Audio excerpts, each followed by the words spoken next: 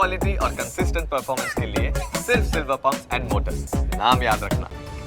તો લગભગ હવે પરિણામો સ્પષ્ટ થઈ ચૂક્યા છે અને હરિયાણા અને જમ્મુ કાશ્મીરની વિધાનસભાના પરિણામો સામે આવતા જ હવે ભાજપ અત્યારે ઉજવણી કરી રહી છે હરિયાણાની જીતની, જ્યારે કોંગ્રેસ એનસી પ્લસ જે ગઠબંધન છે તે પણ અત્યારે ઉજવણી કરી રહી છે જમ્મુ કાશ્મીરની જીત માટે. અને આ જ મુદ્દે ચર્ચા કરીશું અને ચર્ચા કરવા માટે મારી સાથે જોડાઈ ચૂક્યા છે મહેશભાઈ પુરોહિત કે જેઓ બીજેપીના નેતા છે, આગેવાન છે, અને સાથે ડૉક્ટર હેમાંગ વસાવડા પણ આપણી સાથે જોડાઈ ચૂક્યા છે કે જેઓ કોંગ્રેસના સહપ્રવક્તા છે, નેતા છે. આપણે તેમનું સ્વાગત છે મહેશભાઈ અને હેમાંગભાઈ આપનું. સૌથી પહેલાં તો હેમાંગભાઈ આપને પૂછવા માંગીશ કે જલેબીની ખૂબ ચર્ચાઓ ચાલી હતી. જલેબીની ચર્ચાઓ રાહુલ ગાંધીએ કહ્યું હતું કે જલેબીની ફેક્ટરી હરિયાણામાં નાખીશું, પરંતુ હવે ક્યાંક જલેબી ખાવાનો વારો હરિયાણામાંથી હવે ભાજપને મળી રહ્યો છે.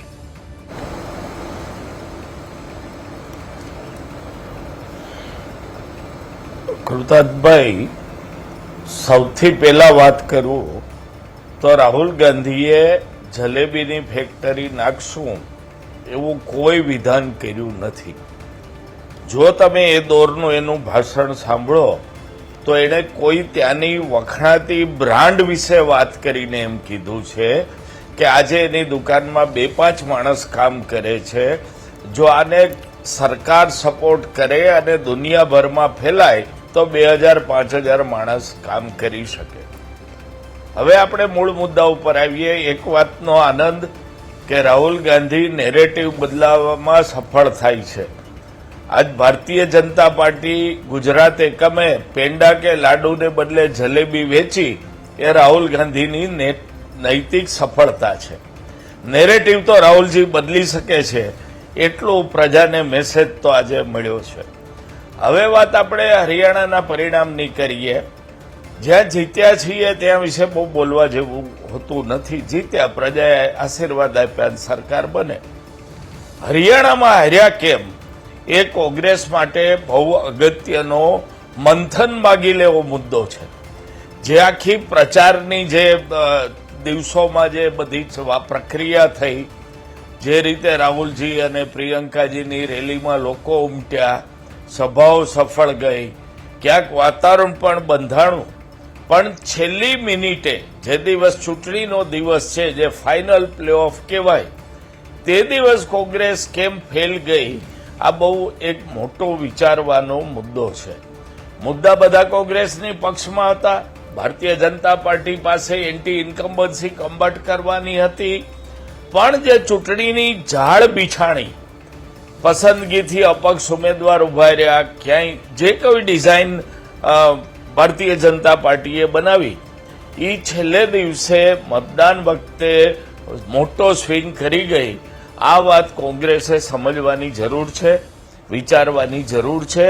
અને ભારતીય જનતા પાર્ટીનું આ મોડલ ઊંડો અભ્યાસ કરીને ઝારખંડ અને મહારાષ્ટ્રમાં પણ આ રીતે એ લોકો ડિઝાઇન ન કરી જાય તો એને માટેની એક રણનીતિ તૈયાર કરવાનો મેસેજ હરિયાણાની હાર કોંગ્રેસને આપી રહી છે. બિલકુલ હેમાંગભાઈ, બીજી તરફ હવે નજીકમાં મહારાષ્ટ્રનું પણ ઇલેક્શન આવી રહ્યું છે. મહારાષ્ટ્રની પર આની અસર કેવી પડશે? શું ત્યાં આગળ કયા પરિબળો કામ કરી શકે છે કે જે રીતે જે આપણે એક્ઝિટ પોલ જે આવ્યા હતા અને ઓપિનિયન પોલ આવ્યા હતા, તે ઓપિનિયન પોલની અંદર પણ કોંગ્રેસ ત્યાં આગળ બતાવી રહી હતી, પરંતુ હવે જ્યારે જે પરિણામ આવ્યા છે તે વિપરીત આવ્યા છે અને જનાદેશ જુદી તરફ વળ્યો છે. તો શું મહારાષ્ટ્ર માટે કેવી રણનીતિ કરી શકાય?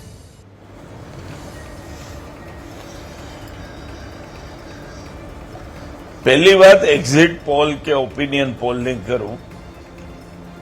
બહુ ઓછા લોકોના સ્ટડીથી આ પોલ થાય છે. તમારો સેમ્પલ સ્ટડી છે, સેમ્પલ કેટલું છે, કયા કયા વિસ્તારમાંથી લીધું છે, એના ઉપરથી પોલ સાચા પડે કે ખોટા પડે એ થતું હોય છે. 3 લાખ મતદારો સામાન્ય રીતે એક ધારાસભામાં હોય છે. પક્ષની પસંદગીની જોગ્રાફિકલ પેટર્ન પણ હોય છે. અમુક વિસ્તારોમાં એક પક્ષને પસંદ કરે છે, અમુક વિસ્તારમાં બીજા એક જ ધારાસભા ક્ષેત્રમાં. આ બધું જોયા વગર તમને રસ્તે મળ્યા એ 10, 20, 25 જણને પૂછી લીધું અને એની ઉપરથી આકલન કાઢી લીધું કે આ સીટ હેમાંગભાઈ જીતશે, આ સીટ કૃતાર્થભાઈ જીતશે, આ સીટ પુરોહિતજી જીતશે. એ ખોટી વાત પડતી હોય છે અને માટે જ આ સર્વે બીજા કોઈ પડદા પાછળના કારણની હું ચર્ચા નહીં કરું, પણ જે સેમ્પલ સર્વે લેવાય છે એ સફિશિયન્ટ છે કે નહીં એ જોવું જરૂરી છે. કોંગ્રેસે ચોક્કસપણે અમારું નેતૃત્વ હરિયાણાના અનુભવ પછી મહારાષ્ટ્રમાં જે કોઈ વેવ્સ બતાવી છે, જે અમુક મીડિયાઓ બતાવે છે, અમુક સર્વે બતાવે છે, એની ઉપર ધ્યાન દીધા વગર સીધું જ ફિલ્ડમાં ઉતરી અને ફોકસ કરવું પડશે. મહારાષ્ટ્રમાં પણ એન્ટી ઇન્કમ્બન્સી ઘણી છે, ત્યાં પ્રજા નારાજ છે, પણ છેલ્લે દિવસે જે સોગાટ ગોઠવાય, આખી ચોપાટ બિછાટ થાય, એમાં ક્યાંક તમે ભૂલ કરી જાઓ છો, માટે આવું પરિણામ આવે છે.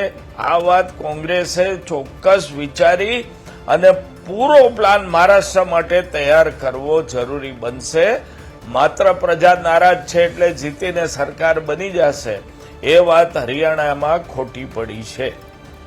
હેમાંગભાઈ, આપણી સાથે મહેશભાઈ પણ જોડાયેલા છે. મહેશભાઈ, સૌથી પહેલા તો હરિયાણાની જે જીત થઈ છે અને જે સ્પષ્ટ પરિણામ હવે સાબિત થઈ ચૂક્યું છે કે જ્યાં બહુમત ભાજપને મળી રહી છે, કયા કયા પરિબળો કામ લાગ્યા છે અને જલેબી કેવી લાગી? હું છે ને આજે સવારથી અલગ અલગ ડિબેટમાં જાઉં છું અને બધાને જલેબી ઓફર કરું છું. તો આપ જે પણ બધા પેનલમાં છો એ બધાને મારા તરફથી જલેબી અર્પણ કરવાની કોશિશ કરું છું. એટલે બધા મારા તરફથી આ જલેબી ગ્રહણ કરો. નંબર 1. નંબર 2, તમે હરિયાણાના પોલિટિક્સને તમે જુઓ, જે પણ લોકોના વિરુદ્ધમાં એન્ટી ઇન્કમ્બન્સી આવે છે અને પછી જે એનું ઇલેક્શન હોય છે ને, એ ભયંકર વન સાઇડેડ હોય છે. જેમ કે 2009માં હુડ્ડા સીએમ હતા અને 14માં જયારે ઇલેક્શનમાં ગયા ને, તો તમે બિલીવ કરો સીધી 15 સીટ પર આવી. આ હિસ્ટ્રી છે કે 2019માં અમે જીત્યા અને ફર્સ્ટ ટાઈમ 2019 પહેલા બીજેપી હરિયાણામાં હતું જ નહીં. 2019માં અમે એન્ટ્રી લીધી, સીધી સત્તામાં આવ્યા, 14માં, અને પછી 19માં અમે રિપીટ થયા. અને પ્રો ઇન્કમ્બન્સી મતલબ આવવું જોઈએ, ઇન્કમ્બન્સી હોય 10 વર્ષની ઇન્કમ્બન્સી ને બી હરિયાણા જેવા સ્ટેટમાં તો ઘટાડો થાય અથવા તો સરકારમાંથી જાય તો સીધા સપાટા બોલાઈ જાય. એની જગ્યાએ હર વખત કરતા અમારી 5 સીટ 6 સીટ એક્સ્ટ્રા આવે. એટલે એના પરથી વિચારો કે બે વસ્તુ હોય એની અંદર. એક વસ્તુ એ કે અમારું જે કામ છે એનાથી સંતુષ્ટ, નંબર 1. નંબર 2, અમારા હમણાં નવા વાયદા વચન છે, એનાથી લોકો એના પર ભરોસો. અને ત્રીજું, રાહુલ ગાંધી જેવો નેતા હોય એટલે 10-20% જીત તો અમે ત્યાં જ અમારી શ્યોર થઈ જાય. કેમ? આ એ રાહુલ ગાંધી છે જે રામ મંદિરને ડિસ્કો ડાન્સ કહે છે. એ રાહુલ ગાંધી છે જે અમેરિકામાં જઈને આરક્ષણ ખતમ કરવાની વાત કરે છે. બરોબર છે? આ એ રાહુલ ગાંધી છે જે જલેબીની ફેક્ટરી બનાવવાની વાત કરે છે. આ એ રાહુલ ગાંધી છે જે નેરેટિવ તો સેટ કરે છે, હું એમની વાત સાથે સહમત છું, પણ બીજેપીના ફેવરનું નેરેટિવ સેટ કરે છે. એટલે અમે થોડા નસીબદાર બી છીએ કે અમારા માટે વિપક્ષના નેતા તરીકે અમારી પાસે રાહુલ ગાંધી છે. હેમાંગભાઈ, શું કહેશો આપ? વિપક્ષના નેતા તરીકે રાહુલ ગાંધી છે તો બીજેપીને ફાયદો થઈ રહ્યો છે તેવું અત્યારે મહેશભાઈ કહી રહ્યા છે. આપને શું લાગે છે આમનું નિવેદન?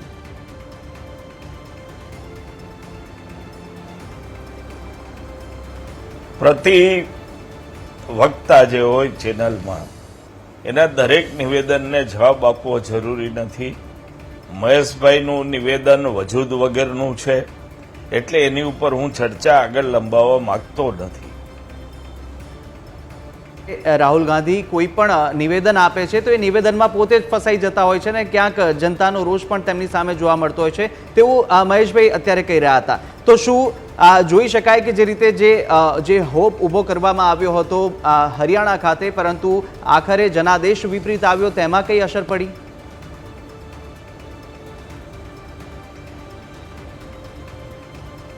નહીં. જો રાહુલ ગાંધી, મેં હમણાં જ આપને કીધું કે રાહુલ ગાંધીએ જલેબીની ફેક્ટરી નાખવાનું ક્યારેય કીધું નથી. રાહુલ ગાંધીએ અમેરિકા જઈને અનામત નાબૂદ કરવાની વાત ક્યારેય કરી નથી. ભલે ભારતીય જનતા પાર્ટીનું સોશિયલ મીડિયા સેલ આખી વાત ડાયવર્ટ કરીને, કન્વર્ટ કરીને ચલાવતી હોય છે પ્રજામાં, પણ હું બહુ દ્રઢપણે એવું માનું છું કે છેલ્લા દસકામાં જે રાહુલ ગાંધીની જે ઇમેજ હતી એ છેલ્લા 2 વર્ષમાં ખૂબ જ સદ્ધર થઈ છે. જે કોઈ પરિણામ આવ્યા છે, જે કંઈ જો તમે એવું કહો કે રાહુલજીની ઇમેજને લીધે તમે હરિયાણા હાર્યા, તો તમે જમ્મુ કાશ્મીર કોની ઇમેજ ખરાબ હોવાથી હાર્યા? આ પ્રશ્ન થાય. એટલે આ પરિણામ હોય છે. હા, એક વાત સાચી છે કે નેતાગીરીનો રોલ હોય છે, પણ એ ચૂંટણીની વ્યવસ્થા ગોઠવવા માટે, સોશિયલ એન્જિનિયરિંગ કરવા માટે, અને જેમ મેં વારે વારે કીધું કે ઇલેક્શન સ્ટ્રેટેજી બનાવવા માટે એ લોકોનો રોલ હોય છે. પણ એ એકલા નથી હોતા. નીચે સ્થાનિક કક્ષાની જે નેતાગીરી હોય છે એ પણ એને માટે જવાબદાર છે. હરિયાણામાં આપ અને કોંગ્રેસનું ગઠબંધન ના થયું એનું એક કારણ ચોક્કસપણે લોકલ જે બે પક્ષની સ્થાનિક નેતાગીરી હતી એ હોઈ શકે. અને હવે હજી તો વહેલું છે. કાલે આપણને ખબર પડશે પૂરું રિઝલ્ટ ડિક્લેર થયા પછી કે આપે કોંગ્રેસને કેટલું નુકસાન કર્યું. કોઈ સીટ આપણે કોંગ્રેસ 1200 મતે હારી છે, પણ આપનો ઉમેદવાર 2000 મત લઈ ગયો છે. એટલે સેબોટેજ કઈ રીતે થયું, અને એ હવે આવતી ફેરા પહેલેથી વિચારવું પડે કે હરિયાણામાં સેબોટેજ થયું તો મહારાષ્ટ્રમાં આવું થતું હોય તો પહેલેથી જ અટકાવવું પડે. આ કામ હાઈકમાન્ડે કરવાનું છે. બિલકુલ. મહેશભાઈ, વાત જમ્મુ કાશ્મીરની કરું કે જ્યાં બીજેપી અત્યારે જે સ્ટેબલ છે તે જ રીતે અગાઉ પણ જે રીતે સીટો મેળવી હતી તે જ રીતે છે. ક્યાંક તેમાં જે મુદ્દાઓ તમે લઈને લડ્યા હતા તેમાં કોઈ ઉપર નીચે અને જનતાનો જે સપોર્ટ છે અને જનતાનો જે જનાદેશ છે તે આપનાથી વિપરીત આવ્યો છે. આપ શું કહેશો જમ્મુ કાશ્મીર માટે? યસ, બિલકુલ. હવે જમ્મુ કાશ્મીરની અંદર પહેલી વાત તો આપણા બધા માટે, એ બધા ભારતીયો માટે એ સૌથી ખુશીની વાત એ છે કે આ પહેલી એવી ચૂંટણી છે કે જે ખૂબ જ સુખ, શાંતિ અને સૌથી વધારે વોટર ટર્નઆઉટથી થયેલી અને સુખ શાંતિથી કોઈ પણ પ્રકારની કેઝ્યુઅલિટી, કોઈ પણ પ્રકારની દંગા ફસાદ વગરની આ ચૂંટણી છે. અને એની બધી ક્રેડિટ જાય છે 370 ધારા હટાવ્યા બાદનું જે વ્યવસ્થા તંત્ર ગોઠવાયું તે. આ હું ફક્ત એકલા માટે નહીં, પરંતુ આપણા બધા માટે આ ખુશીની વાત છે કે 370 હટ્યા બાદ જમ્મુ કાશ્મીરની અંદર એક એટલા પ્રોપર વેમાં ચૂંટણી થઈ કે રાહુલ ગાંધી પણ લાલ ચોક પર જઈને આઈસ્ક્રીમ ખાઈને પોતાનો પ્રચાર કરી શક્યા. નંબર 1 તો અમારા માટે તો ભલે જનાદેશ અમારો જે હોય છે અને એના બી આંકડા હું તમને આપું છું, પરંતુ અમારા માટે તો એ જ સૌથી મોટી જીત છે કે ભાઈ એક સુખ સંપત્તિ જે સ્ટેટની અંદર વોટર ટર્નઆઉટ રેશિયો ન હતો, જે સ્ટેટની અંદર એવરી ઇલેક્શનમાં મોટા મોટા દંગા નીકળી જતા હતા, હત્યાઓ થતી હતી, એ સ્ટેટની અંદર એક પણ કેઝ્યુઅલિટી વગર, કોઈ પણ પ્રકારના દંગા વગર ખૂબ જ સુખ શાંતિથી અને આખા ભારતભરના નેતા ત્યાં જઈને પ્રચાર કરી શક્યા અને કોઈ જગ્યાએ એવો અણબનાવ નથી બન્યો. એ અમારા માટે જીત છે. નંબર 1. નંબર 2, તમે વોટિંગ રેશિયો ભલે સમજો છો અને એ જ સીટ સમજો છો અને એ જ ફાઇનલ વર્ડિક્ટ હોય છે, પણ છતાં બી હું તમને કહું છું કે અમને 2014ની અંદર જયારે ઇલેક્શન થયું ત્યારે અમને 23% વોટ મળ્યા હતા, બરાબર, અને પહેલી વખત અમે સત્તાની નજીક પહોંચ્યા હતા. અને હમણાં અમને ઓલ એવરેજ 26% વોટ મળ્યા છે. અને 26% વોટ ત્યાં જેટલા બી પક્ષો છે એમાં સૌથી હાઈએસ્ટ અમને વોટ મળ્યા છે. સીટમાં કન્વર્ટ નથી કરી શક્યા, અમે નેક્સ્ટ ટાઈમ કરી લેશું, બરાબર છે. એટલે જનતા અમારી સાથે છે. આનું એક તમને ઉદાહરણ આપું છું, બરાબર છે. નંબર 2. નંબર 1. નંબર 2, જે એનસી છે એના વોટ શેર અમારા કરતા ઓછો હોવા છતાં એની સીટમાં કન્વર્શન થવાથી એ હમણાં સત્તામાં છે. અને નંબર 3, કોંગ્રેસ ખોટી ખુશ થાય છે. એની સીટ અપક્ષ કરતા બી ઓછી છે. અપક્ષ ઓલમોસ્ટ 8 થી 9 છે અને કોંગ્રેસ 5 પર છે. એટલે એનસી પ્લસ કોંગ્રેસમાં એ ફાવી જાય છે. અને એનો વોટિંગ રેશિયો બીજેપી કરતા ઓલમોસ્ટ 50% છે. મતલબ 12% છે એનો વોટિંગ રેશિયો, બરાબર છે. એટલે હું એમ કહું છું કે જો નેક ટુ નેક સામે તમે એનસી ને નેશનલ કોન્ફરન્સને બાજુ પર મૂકી દો અને બીજેપી વર્સિસ કોંગ્રેસ કરો તો ત્યાં બી રાહુલ ગાંધી મોટા પાયે ફ્લોપ જ ગયા છે. તો એનસી ના પોતાનું જે વોટ બેંક છે એના કારણે એમને વોટ મળ્યા છે, બરાબર છે. અને હું એવું દ્રઢપણે માનું છું કે આ 370 પછીનું પહેલું ઇલેક્શન હતું, એમાં અમારા 3% વોટ શેર વધ્યો છે. અમારી એકાદ સીટ કદાચ વધશે, એકાદ 2 સીટ, બરાબર છે. પરંતુ નેક્સ્ટ ટાઈમ અમે હજુ પણ દ્રઢતાપૂર્વક મેદાનમાં જશું અને લોકોને કન્વિન્સ કરવાની પૂરી કોશિશ કરશું. બિલકુલ. મહેશભાઈ અને હેમાંગભાઈ, આપ અમારી સાથે જોડાયા અને ચર્ચામાં ભાગ લીધો તે બદલ આપનો આભાર. તો હાલ તો અત્યારે હરિયાણા ખાતે અત્યારે જે ભાજપની જીત થઈ અને ભાજપની જીત બાદ જે પરિણામો સામે આવ્યા છે તેને લઈને ખુશી મનાવવામાં આવી રહી છે, જલેબી ખાઈને ઉજવણી થઈ રહી છે. અને બીજી તરફ જમ્મુ કાશ્મીરમાં એનસી પ્લસ કોંગ્રેસની જે જીત હાંસલ થઈ રહી છે, જે પરિણામો ત્યાં આવી રહ્યા છે તેને લઈને એનસી પ્લસ કોંગ્રેસમાં જે પાર્ટી છે ત્યાં પણ તે લોકો પોતાની ખુશી વ્યક્ત કરી રહ્યા છે. તો હાલ બુલેટિનમાં બસ આટલું જ. વધુ મહત્વના સમાચાર માટે આપ જોતા રહો ન્યૂઝ કેપિટલ.